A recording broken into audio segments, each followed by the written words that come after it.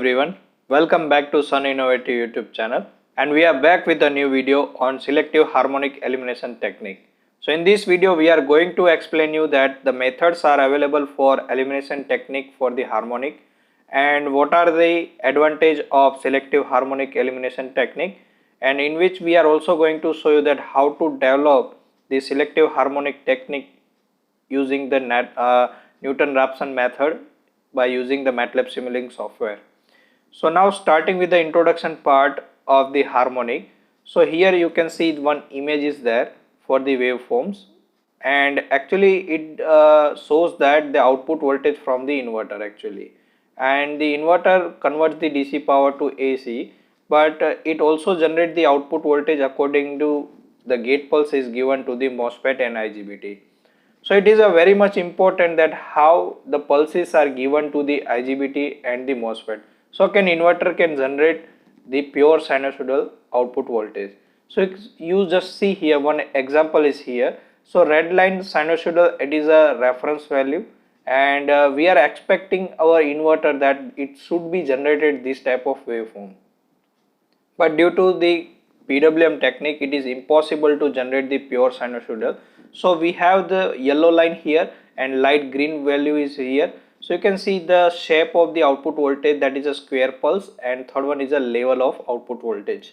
So here third level output voltage is also there, 2 level is also there. So but if you consider as a output voltage from this square waveform, so it is a kind of harmonics. So it can generate the heating loss and it can also damage the motor performance when it is inductive load is connected. So it is a very much important to have the pure sinusoidal at the output voltage of inverter. So in this technique and this video we are going to show you that how we can eliminate the harmonic, which is odd and even harmonic, right? So now moving to the next, that is a actually square waveform is there, you can see this one, and for making this square waveform into the pure sinusoidal or near to the sinusoidal, we are using the multi-level inverter.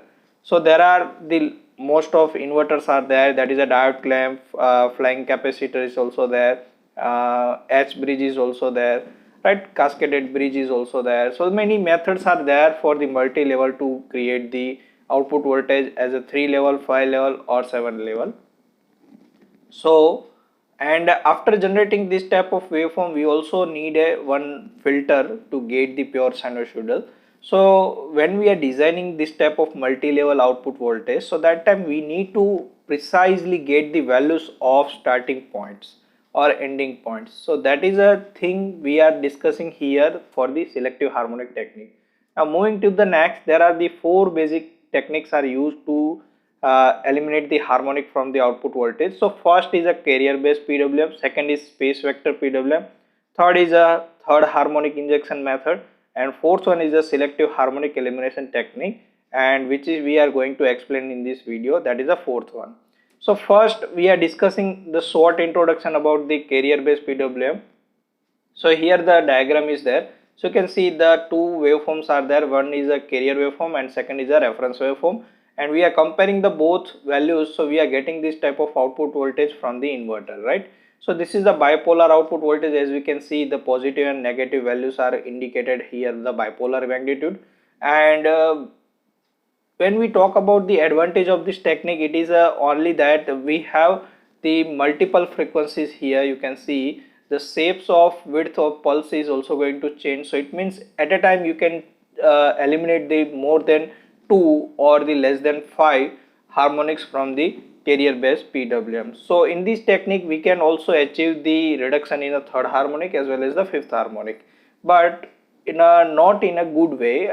It is mean that we are not getting the performance in a better way when we are connecting the filter, because it is changing the frequency in a VFD. So it is not recommended when the filter is connected at the output.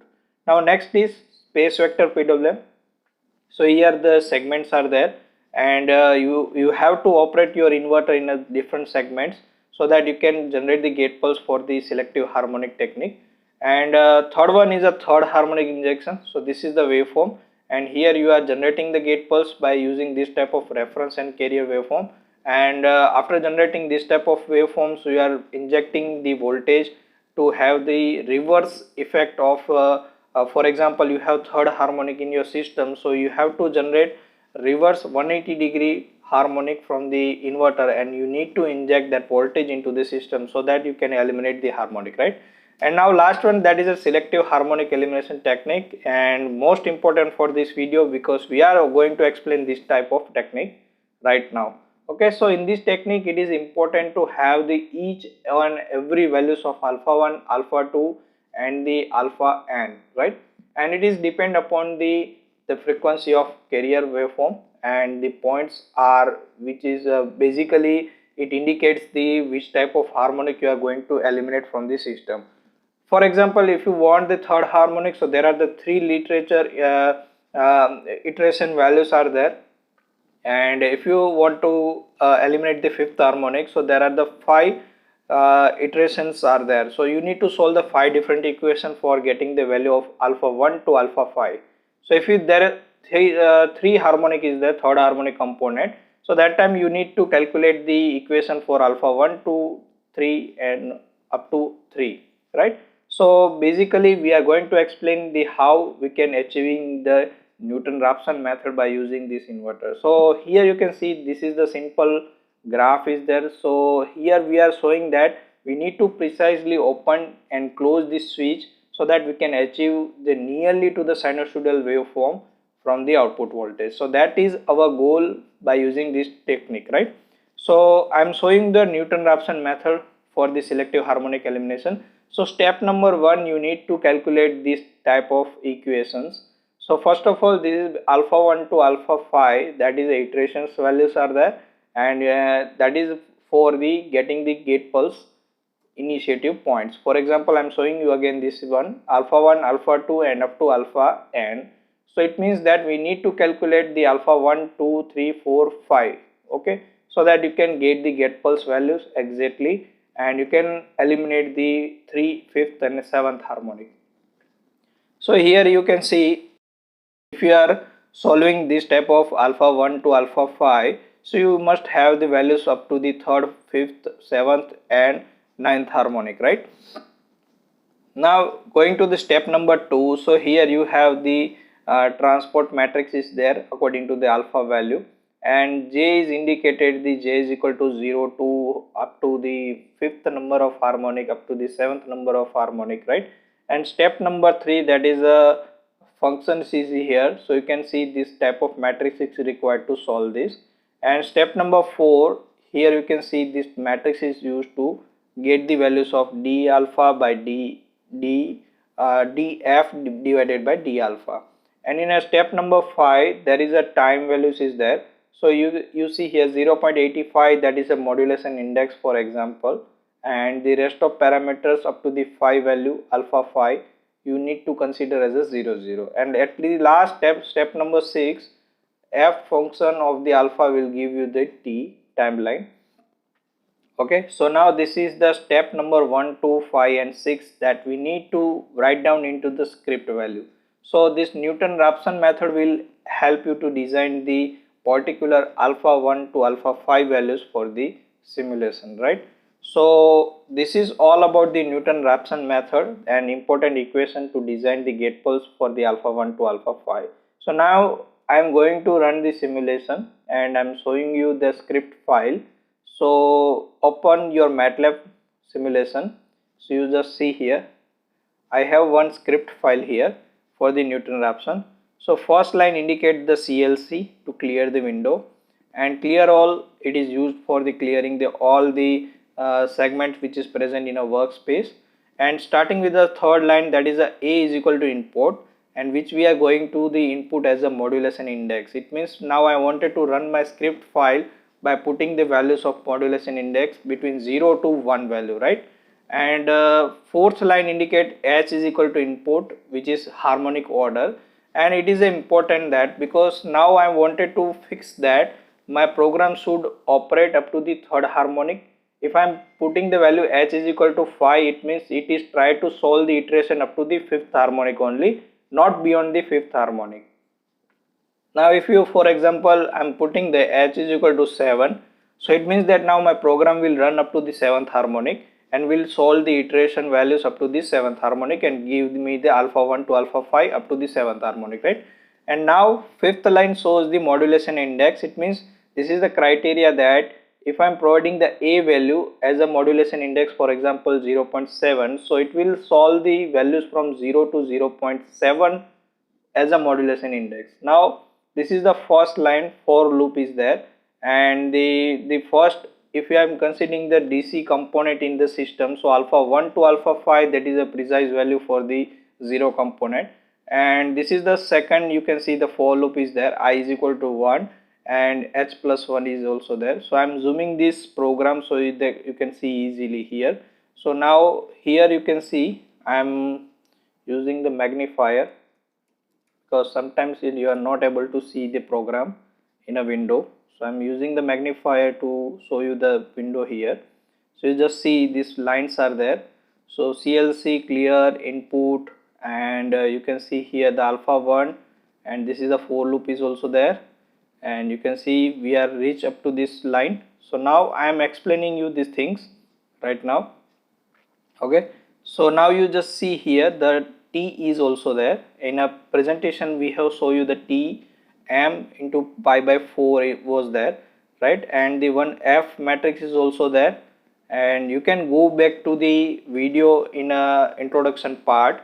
You can find in a description there is a table is given, so you can find the chapter wise video and you can click on that particular time so that you can reach to the back to the our video in the introduction part. So you can refer my the literature about the Newton-Raphson method, and you can come back to video by using the chapter wise video segment. You can just go to the description and find the table is there, right? And one more matrix is there, and this is all about the program. And if you want this program, you just write down in a comment, so I will provide you this command. Okay, and you just have to run this simulation before this script. So I'm running this script here, and I'm going to the main window. So this is asking me a modulation index, so I'm providing the value as a 0.75, right? This is my modulation index here, and I'm entering the value. So now next question is harmonic order. Now I wanted to reduce up to the 5th harmonic, so I'm writing here 5, and now it is a values are available in a workspace, you can see here. So now everything is calculated for 1/3 5th harmonic, and that will be goes to the simulation file. So I'm opening the simulation file right now. So this is the simulation file of selective harmonic technique, and now I'm going to run this simulation to show you. And before starting this simulation, I have to provide the introduction about this, the component which is connected with each other. So I am explaining the introduction. Okay, so let's start. Okay, now this is the simulation of selective harmonic elimination technique here, and this is the introduction about the circuit here. So you see here, this is the IGBT, 4 switches are there, and the DC source is connected, and the load resistance is also connected, and for the measurement purpose the voltmeter is connected, and the signals are goes to this measurement area here. And left hand side you can see these are the alpha 1 to alpha 5 values are estimated when we are running the script file. So you can see the elements are changing according to the values of modulation index, and from this value you can estimate it that alpha 1 should start with the 23.6, and last point alpha 5 should start with the 77.63 value. So this is help you to design the gate pulse. So I am getting the alpha values from the whatever we run the program from here. So you find the in a workspace the alpha values are there, and if you write here alpha, so you can also get the recent values of alpha by writing the alpha equal to. So this is where you also can get the values, but I am fetching the all values from the simulation file here, and I'm taking the sim plot here, and I'm taking the constant value and taking the alpha from the workspace, right? And that values are given to these two blocks subsystem here, that is a 0 to 180 degree pulses and calculation for 180 to 360 degree pulses. I'm opening the 0 to 180 degree, so you can see the alpha is divided into the alpha 1 to alpha 5 by using the demarks here, and for the 0 to 360 degree one repeating sequence is used here, and you can see this is the 0.02, it means it runs under the 50 Hz frequency, and these are going to compare with the alpha 1, alpha 2, alpha 3, 4 and 5 with the 0 to 360 degree, right? And the other side, right hand side, you can also there you see up to 90 degree you can have the values and comparison by using this, the connections are given here, and when you are going to compare the beyond the 90 degree and up to the 180 degree, this technique is used, right? So this is nothing else, this is just only the comparison of carrier signal and reference signal. So I am going to run this simulation and show you the waveform so that you easily understand. So what is the purpose to find out the alpha 1, alpha 2 and alpha 5? Because we need to consider the gate pulse for the improving, to eliminate the harmonic from the output voltage. So it means that our pulses should start from the some random, not the random, but the whatever the angle are given for the alpha 1 to alpha 5. So these particular values are help to design the gate pulse, and when we are giving this gate pulse to the inverter so that it can eliminate the harmonic from the output voltage.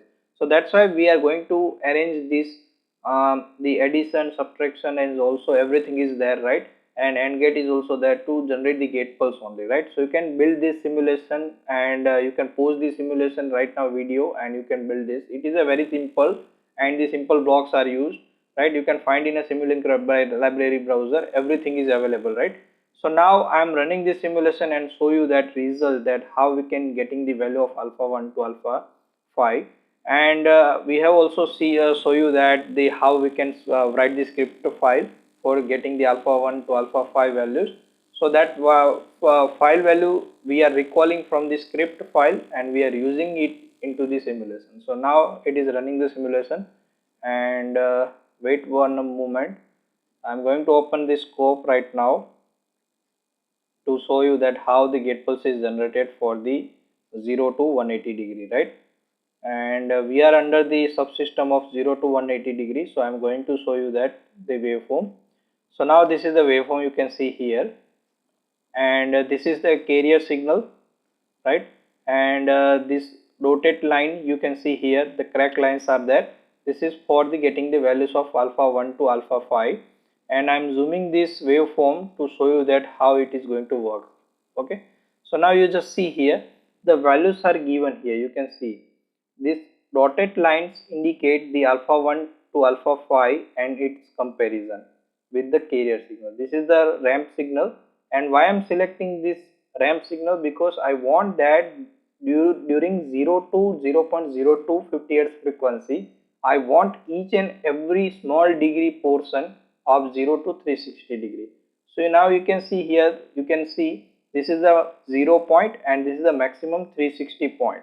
So now you are getting my point that I wanted to estimate the values of degree. You can see this is the maximum 360 degree here, and by comparing the alpha 1 to alpha 5 values, I want each and every degree point from the 0.02 50 Hz frequency. So now this is only the PWM only concept, and it is a very simple concept, don't worry about it. So now you see here I am comparing the first of all alpha 1. So you can, I'm just zooming this value, don't worry, let me zoom this one. So just comparing the red line with our reference value carrier signal. So you can see this is the start point for the pulse number 1, and you can see this brown lines is also there, and it is comparing with the carrier signal, and this is the stop point for the gate pulse number 1, right? So same way you can zoom out, zoom in the all waveform here, and you can estimate that where the pulse is going to start and where the pulse is going to stop. So you can see this yellow line is also there. I am zooming the yellow line, stopping and starting point. So this is a yellow line, this is starting pulse for the gate pulse number 2 or 3 I think, and the comparison is AND at here. Let me zoom out again. Now you can see the comparison is AND here with the black line, and this is the yellow line for the starting, and this is the red black line for the stop values, right? So now gate pulse is stop.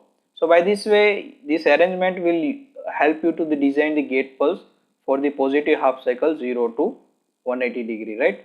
And similarly I'm showing you the gate pulse here. You can see this is a gate pulse is generated, and whatever we expected from the alpha 1 to alpha 5, it is generated right now. And this is the all about the arrangement of gate pulse. Now I'm going to the back to the subsystem number 180 to 360 degree pulses, right?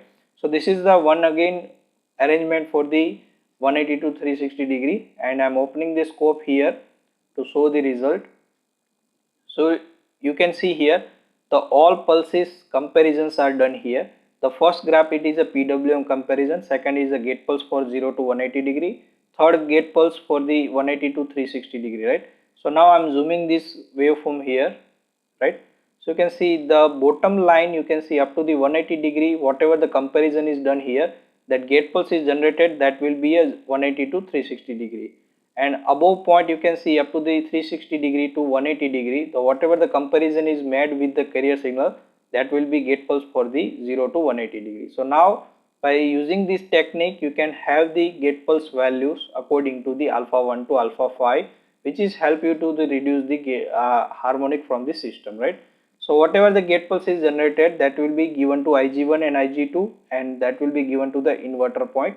And now opening the output voltage of inverter, so you see here this is the output voltage, and black line shows the output voltage of inverter as per the PWM gate pulse is generated, and red line shows the average value of output voltage as we are comparing with the sinusoidal waveform. When we are connecting the filter here, it will be look like as a sinusoidal, right? So now it is also depend on the modulation index also, because we have given the modulation index as you can see, you can go back with the value and you can find the modulation index as a value. So you just type A, so there is a modulation index is a 0.75. So right, so now according to the 0.75 modulation index, the output voltage is become the peak value is a 150 to minus 150 degree, right? So this is the output voltage, and by using this technique you can generate this type of output voltage. So now I'm going to use the FFT analysis right now.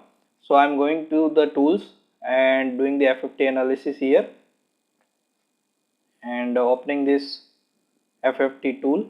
I'm providing the all values 0 0, number of cycle is 1, and fundamental frequency is 50 Hz as per design. So now I'm running this.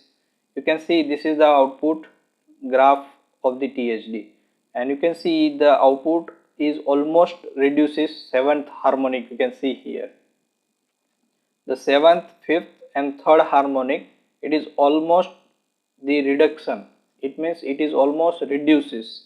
And one more thing I wanted to show you, that if we are changing the values of modulation index or we are changing the iterations value, so what will be the impact. So now right now I'm running the script again and show you the one more example here. So I'm running the script value, so they are asking again me the modulation index. I'm changing it to 0.85 and harmonic up to the 3rd harmonic. It means that I wanted to remove the 3rd harmonic only, not to the 5th and 7th. So now it is run here, and I'm going to the simulation file again and running this simulation, because we have recalled the all values by running the script file. So that's why we need to run this simulation again once more again, and we have to wait for the result. Okay, now it is done here, and opening, you can see I have increased the modulation index, so that's why the 150 voltage is also going to increase its peak value by the red line, you can see easily here. And now I'm going to do the analysis of FFT, and I'm opening the scope once again and running the simulation. So you can see the 3rd harmonic, 7th harmonic and the 5th harmonic, so it is almost reduces. And if I'm taking the measurement here, so you can see easily here, so maximum it is a 5 value, and this is the 7th and this is the 9th value, because it is a 5.282 magnitude, and the 7th harmonic has a 7th, and 5th harmonic has a 6.8, and 3rd harmonic it is a less than to 5.7 percentage. So it is almost reduces compared with the third harmonic and fifth harmonic. So this is all about the examples of selective harmonic elimination technique. By using this technique you can reduce the harmonic. And before stopping this video, I am also giving you the one more case study.